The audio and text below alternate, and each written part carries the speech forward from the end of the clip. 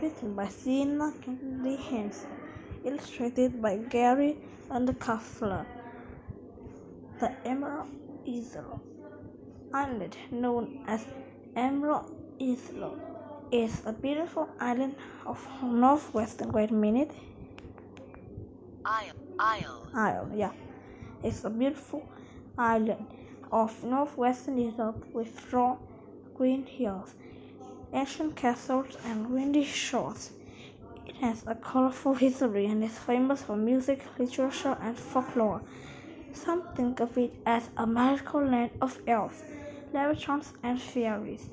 Beyond its natural beauty, Ireland is a hard-working country whose economic health matches most of the Western Europe.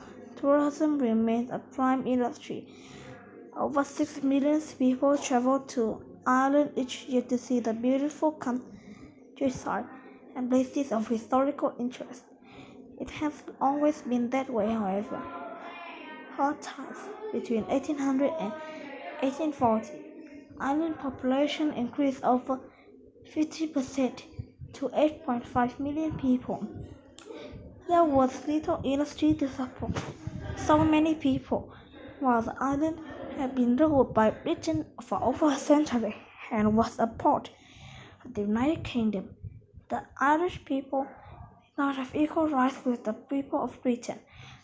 Most could not vote or hold public office, and few owned land.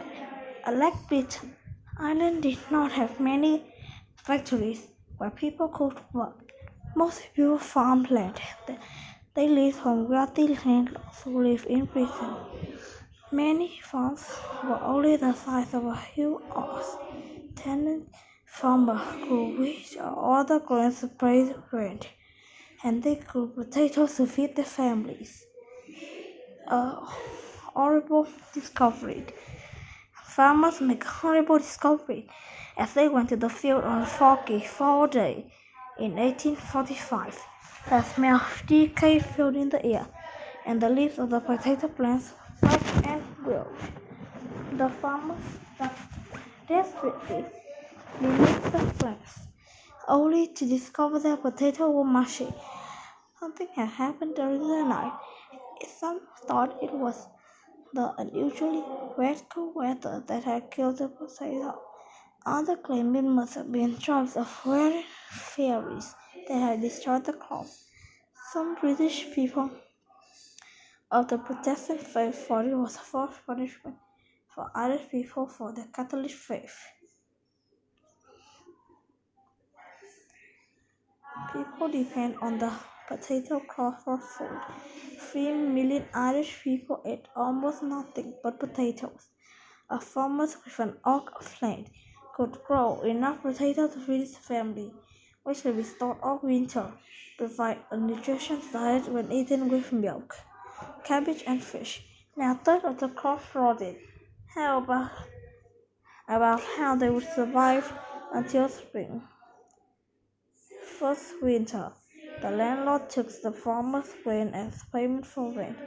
Without potato, family and had little to eat. They sold their livestock, furniture, and also buy food.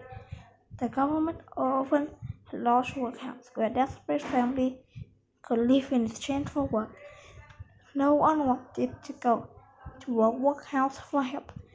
Families worked long hours for rag and a little food, and no one could leave without permissions. The government brought Indian corn from America to help feed the hungry population. The people did not have a way to grind the hot, dry kernels into cornmeal, and some got sick from eating poorly cooked corn. Food got more expensive. People became desperate for a way to earn money. The government started public work projects such as building roads and bridges to provide jobs. The work was hard and the pay was low. Took nearly 5 days of work to buy cornmeal to feed a family of 6 or 3 days.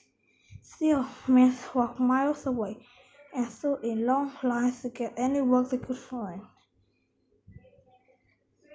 hope, disaster, and relief.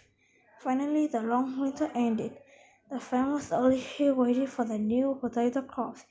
The desert struck again in August, when three-fourths of the crop failed. Despite families had nothing left to sell, the workhouse were crowded, and long winter with no food loomed ahead. Families like 10-year-old Michael O'Kane had no choice but to go to the workhouse because his father, a farm laborer, could find no work. Michael, his parents, and two brothers and three sisters walked hours to the workhouse from the Killaley village in September of 1847. He had to live with the boys and men in a separate areas, away from his mother and sister. He went to school in the morning, then whitewash walls or clean pigments. As our afternoon, youngest sister Bridget died over the winter. The disease spread easily, especially in the workhouse. Even more people died of typhus and cholera than died of starvation. Despite the obvious needs, many officials, landowners, in Britain ignored other pleas for help in relief plans. Grain was also exported to other countries rather than to kept from Irish farmers. Other people wanted to help. The British Relief Association of the Society of Friends raised money for relief. The Irish immigration in America sent money to help family and friends. Soup kitchen opened, and each day, up to 3 million men, women, and children stood outside in long line for a bowl of soup and a piece of bread. It was not nearly enough. Going to America, every penny a family had was spent for food, so there was nothing left to pay the overdue rent on their farm. Some ranchers gave money or grain to their starving tenants, but it was only a temporary help.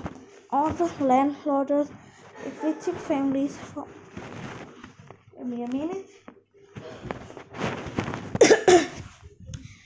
their homes, then tore down or burned the empty houses to avoid paying taxes on them. Driven from their country by hopeless condition, hundreds of thousands of Irish people crowded into ships bound for the United States or Canada, leaving the Irish homeland forever. It was a difficult journey because a ship took 40 days to cross the Atlantic Ocean. Even when the weather was good, many of the ships carrying the Irish immigrants, called coffin ships, passengers were packed below deck, where disease spread in overcrowded, filthy conditions. There were not enough food, water, or blanket for the passengers. Many died, and many of those who survived died in America, sick and weak. Aftermath: the potato blight was over by 1852, but Ireland has changed forever. A million people had died, and over a million had immigrated. Many people who stayed in Ireland were homeless and jobless. The landlords could not make money, so they sold their land for other purposes, or simply abandoned it rather than pay high taxes. With no land and no jobs, many Irish people continued to immigrate over the next decades. By 1861, population of Ireland had dropped from over 8.5 million to 5 million. More than 1 in 3 people were gone. 10 years later, the population even dropped further to 4.5 million. Many Irish people blamed Britain, the most powerful country in the world at the time, for not having more. The bitterness could have fueled the revolution that finally split Ireland in two countries in 1922. Conclusion: scientists eventually discovered that the potato plants died of a disease called late potato blight, which is caused by fungalized organism fetal fever infections. Spores from organisms were blown by wind and washed into the soil by rain. Even after the Great Hunger, the famine was caught in Ireland. Irish immigrants to the United States continued. Over 5 million people arrived between 1850 and 1920. Some ran for political office and others ran for businesses. Famous Americans, including President John F. Kennedy and inventor Henry Ford, had ancestors who came to America during the famine. Today, 40 million Americans proudly claim Irish roots, celebrate this traditional folk and holiday, continue to popularize Irish literature, music, and film as established part of world culture. Good job!